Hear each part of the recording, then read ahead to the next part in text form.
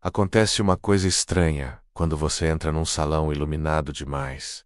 O brilho não revela, ele esconde, e naquela noite, logo que as tochas estremeceram com o vento que não deveria existir ali dentro, senti que algo respirava por baixo das paredes, como um segredo que se esgueira antes de ser dito. O jantar parecia comum, mas havia um silêncio tão compacto que dava para sentir o peso dele nos ombros, como se cada pessoa ali tivesse deixado parte da alma do lado de fora. A comida brilhava num tom dourado, quase sedutor demais, e o cheiro adocicado, misturado ao aroma de ervas, criava uma sensação de conforto que chegava tarde demais, para ser sincera. E antes mesmo que conseguíssemos entender por que aquele lugar parecia familiar e estranho ao mesmo tempo, percebi que uma das cadeiras permanecia vazia, como se esperasse alguém que nunca chega, ou que já está ali, só que ninguém ousa olhar. As conversas, se existiam, eram feitas de olhos e não de vozes, e a cada tilintar de talher, eu sentia a história do reino se remexendo,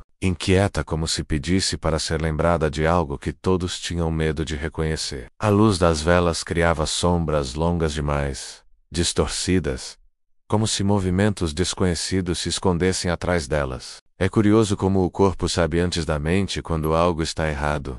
Um frio nas costas, um incômodo na nuca. Aquela sensação de que estamos sendo observados por alguém que conhece nossos erros mais íntimos. E por mais que eu tentasse ignorar, não conseguia tirar os olhos da taça reservada ao convidado ausente. Não era o fato de estar cheia que me assustava, mas o fato de que a superfície do líquido parecia vibrar como se tivesse sido mexida há instantes. Foi então que reparei em um detalhe pequeno demais para ser coincidência. Havia marcas de dedos no metal polido da cadeira vazia, como se alguém tivesse acabado de se levantar, deixando para trás o calor de um corpo que não deveria existir ali naquela hora. Um calor que eu ainda sentia irradiando da taça intocada. E o mais estranho é que essa descoberta não trouxe respostas, apenas mais perguntas, como se cada pista abrisse outra porta que insistia em permanecer entreaberta, à espera do momento certo para revelar algo maior. O salão parece encolher quando os sussurros começam, não por causa do volume, mas pela estranheza com que se espalham, como fios invisíveis puxando cada convidado para um ponto que ninguém enxerga completamente. Há algo na forma como essas palavras circulam, quase sem tocar o ar, que faz a sensação de perigo crescer sem pressa, como uma chama que não queima, mas aquece demais. A cada olhar trocado, há um fragmento de culpa, de medo, de lembrança mal resolvida, e isso cria uma atmosfera em que até o som da respiração parece carregado de intenção. É curioso como a mente tenta racionalizar o que o instinto já entendeu, de que há um pacto menos antigo, pesado, esquecido por escolha menos, rondando as bordas daquela mesa. E embora ninguém diga explicitamente, todos parecem reconhecer o nome proibido que surge entre dentes cerrados, como se apenas sussurrá-lo fosse suficiente para acordar algo que deveria ter permanecido adormecido. Ainda assim, as velas tremulam, e suas sombras parecem reagir ao som, como se compreendessem melhor do que nós o que está prestes a recomeçar. A luz amarela distorcida se arrasta pelos rostos, revelando expressões que tentam simular calma, mas são incapazes de esconder a ansiedade que pulsa nos cantos dos olhos. Há uma contradição entre o ambiente de festa e o peso emocional que paira sobre cada cadeira, como se todos ali soubessem que aquele jantar não celebra nada. Ele marca uma retomada, uma repetição de algo que ninguém quer admitir. Conforme pequenas frases escapam à narrativa entre os convidados, se torna mais sufocante. Falam de promessas feitas sob chuva de um juramento selado na fronteira entre esperança e desespero, e de decisões que definiram o destino de mais pessoas do que eles ousam contar. E é nesse ponto que o espectador percebe o verdadeiro conflito humano, aquele que se repete em qualquer tempo. A escolha entre honrar o passado ou quebrá-lo, definitivamente sabendo que ambos os caminhos cobram um preço injusto. O ar muda, torna-se mais espesso, e uma dúvida começa a se insinuar dentro de cada um. Menos será que o juramento deveria ter sido feito? Ou será que quebrá-lo já era inevitável desde o início, quando finalmente o silêncio cai de forma abrupta, como se algo tivesse decidido impor a própria presença? Um ruído metálico corta o salão. É algo pequeno, discreto, mas que reverbera como um estalo dentro das mentes ali presentes. Objeto no show. Impossível saber quem deixou cair, Reflete a luz numa intensidade anormal, quase acusatória. Os olhares se voltam imediatamente, mas ninguém se move para pegá-lo, como se tocar naquele item fosse uma confirmação de culpa. O clima se torna mais denso, quase palpável, e a impressão que surge é de que alguém reviveu o pacto em segredo, antes mesmo de todos se sentarem. A pergunta que fica não é quem foi, mas por que o fez. E principalmente, o que pretende agora que o juramento voltou a respirar dentro daquele salão. A primeira coisa que muda não é o sabor, é o silêncio. Um silêncio mais pesado, mais denso, como se algo tivesse prendido a respiração do salão inteiro, de uma só vez. E você percebe isso não porque alguém comenta, mas porque o ar parece perder temperatura por alguns instantes, como se antecipasse o impacto daquilo que está acontecendo sem que ninguém admita. Os convidados se entreolham tentando encontrar conforto no rosto alheio. Mas o que vem é o reflexo exato do próprio medo. Um medo que ainda não sabe nomear, mas que já entende que a resposta virá pelo paladar. E então, quando a primeira garfada finalmente é engolida, um desconforto quase imperceptível percorre a espinha de cada pessoa, como um fio de gelo que desce devagar demais para ser ignorado. A carne tem uma textura estranha, macia onde deveria ser firme, e firme onde deveria desmanchar. Há um doce escondido que não pertence à receita, um ferroso sutil que provoca um arrepio imediato, e ninguém tem coragem de comentar. O mais perturbador é que enquanto todos tentam disfarçar a reação, algo muda nos olhos deles, um brilho inquieto, quase culpado, como se cada um tivesse acabado de cometer um erro que ainda não entende. A luz das tochas revela expressões que se transformam rápido demais. Primeiro curiosidade, depois confusão, e enfim, uma repulsa silenciosa que ninguém ousa assumir em voz alta. É nesse momento que surge a consciência incômoda de que o banquete não foi preparado para agradar. Foi preparado para revelar. A cada mordida, a sensação piora, como se a refeição estivesse observando quem a consome, registrando reações, escolhendo algo ou alguém. A percepção do espectador se mistura com a dos personagens, criando a sensação de que todos estão prestes a descobrir um pecado coletivo que ninguém se deu conta de ter cometido. E ainda assim, a pergunta não dito arde dentro de cada um.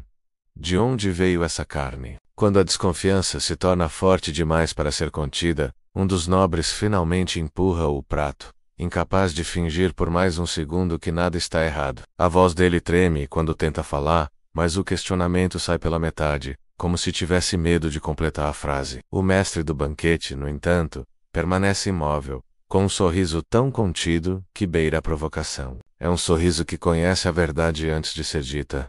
Um sorriso que carrega a crueldade de quem sabe que todos ali já passaram do ponto de retorno. A luz incide sobre ele de um jeito que cria sombras estranhas ao redor de seus ombros. Sombras que parecem se mover sozinhas, como se celebrassem a angústia crescente. E então, num gesto lento, ele aponta não para a cozinha, não para os servos, mas para o corredor estreito no fim do salão, menos aquele que todos evitam olhar desde que chegaram. Uma porta está trancada, e atrás dela um som abafado, irregular, um arrasto leve que não deveria existir. Um movimento que sugere que algo, ou alguém menos está lá dentro, esperando-o. O salão se contrai num único instante de horror silencioso, porque todos compreendem que a resposta para o que estão comendo não está sobre a mesa, mas atrás daquela porta. E o pior de tudo é a sensação de que ela não ficará trancada por muito mais tempo.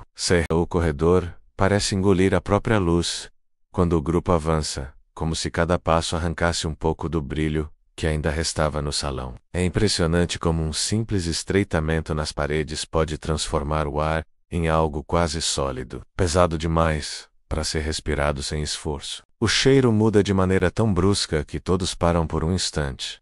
Sai o aroma quente do banquete e entra um odor úmido, frio, misturado a ferro e folhas apodrecidas, como se aquele corredor tivesse sido deixado às sombras por anos inteiros. E ainda assim, algo continuasse vivo lá dentro. A madeira da porta vibra num ritmo irregular, quase como uma respiração que não pertence ao mundo normal. Não é imaginário, não é metáfora. É um movimento real, insistente, que responde ao som das botas se aproximando, como se reconhecesse cada um daqueles passos por nome Por história, por culpa. Ser Tarian tenta disfarçar o tremor das mãos segurando a tocha, mas a luz instável denuncia mais do que ele gostaria. A chama dança, alonga, estica, como se tivesse medo de tocar a madeira escura que guarda o segredo por trás daquela porta. Lady Maerin, sempre tão firme, agora aperta as mangas do vestido num gesto de ansiedade que ela própria não percebe. É como se estivesse tentando se agarrar a algo concreto, enquanto a mente luta contra a sensação incômoda de familiaridade, porque há algo no cheiro, no som abafado, na vibração da madeira, que desperta memórias que ela passou anos evitando. Atrás deles, o rei Alistair já não tenta esconder o rosto marcado. O tempo o envelheceu, claro, mas não tanto quanto a consciência. Ele olha para a porta como quem encara um passado que voltou para cobrar o que foi prometido e nunca entregue. Um passado que ele mesmo ajudou a trancar ali dentro. A conselheira Elvana, porém, é a única cuja respiração não falha. Seus olhos se estreitam, atentos, como se estivessem se ajustando à escuridão que ainda não chegou. Há algo nela, não exatamente segurança, mas uma aceitação quase mórbida, menos que faz o ar ao redor parecer mais frio. Como se ela soubesse antes dos outros que o que está prestes a aparecer não é um acidente, é consequência, é retorno, é vingança. E enquanto todos precisam se forçar a continuar, Elvana apenas observa, como quem espera por um reencontro inevitável. Quando Tarian finalmente estende a mão para a fechadura, o som do metal contra a pele produz um arrepio coletivo. A tranca tá gelada demais, antiga demais, pesada demais para ter sido usada recentemente, mas o som de algo se aproximando do outro lado prova que, seja lá o que estiver ali, não está adormecido, não completamente. O arrastar aumenta, ritmado, úmido, com pausas longas demais para serem animais e curtas demais para serem humanas. Um misto dos dois, ou de nenhum. A porta pulsa sim, pulsa menos, como se tivesse um coração próprio, lento e regular, batendo no compasso de um ritual que nunca deveria ter sido repetido. A fechadura cede com um estalo seco e o corredor inteiro parece contrair, como se inspirasse profundamente antes de testemunhar o que estava por vir. O primeiro palmo que a porta se abre revela apenas escuridão, mas não uma escuridão vazia. É uma escuridão preenchida, densa, quase líquida. Algo se move nela, mas não rápido, deliberado, calculado, como se estivesse saboreando o momento. E então, um murmúrio rasga o silêncio. Não é pedido de ajuda, não é ameaça, é reconhecimento. Uma voz baixa, arranhada, extremamente familiar, pronunciando um nome. Um nome que o reino proibiu, que foi apagado das histórias, arrancado dos livros, silenciado nos juramentos. Lady Maerin recua com um sobressalto, a mão cobrindo a boca, como se lembrasse repentinamente de algo que nunca deveria ter sido lembrado. Tarian ergue a lâmina, mas sua postura vacila menos a dúvida, um medo que parece vir de longe, como se o nome pronunciado tivesse raízes dentro dele. Raízes antigas, profundas, cheias de significados que ele tentou enterrar. E Alistair cambaleia. Por um segundo, sua postura de rei desaparece. E o que resta é apenas um homem que reconhece a voz de alguém que jamais deveria estar ali. Uma voz que ele próprio condenou. Uma voz que ele traiu. A sombra se aproxima lentamente, como se estivesse se reorganizando, ganhando forma a cada centímetro. Não é apenas um corpo. É uma presença. Algo que carrega dor, fome, lembrança e rancor na mesma medida. E quando ela finalmente encosta na fresta de luz, mostra um contorno que não deveria existir. Algo costurado entre vida e morte, entre promessa e punição. Algo que foi criado pelo juramento e destruído pela sua quebra. O corredor inteiro treme. A porta abre mais um pouco sozinha, sem que ninguém toque. A sombra ergue a cabeça. Fala novamente. Desta vez, o nome ecoa como sentença. E o grupo entende algo terrível. Aquilo que estava preso não queria sair. Queria ser encontrado. Queria ser libertado por eles. Pelos mesmos que o condenaram. Pelos mesmos que se sentaram para aquele banquete sem saber que cada mordida era uma convocação. Uma chamada. Um retorno. Agora me diga, o que você acha que realmente está por trás daquela porta? Deixe seu comentário abaixo, se inscreva no canal, deixe o like e compartilhe este vídeo, porque ainda vem muita história sombria pela frente.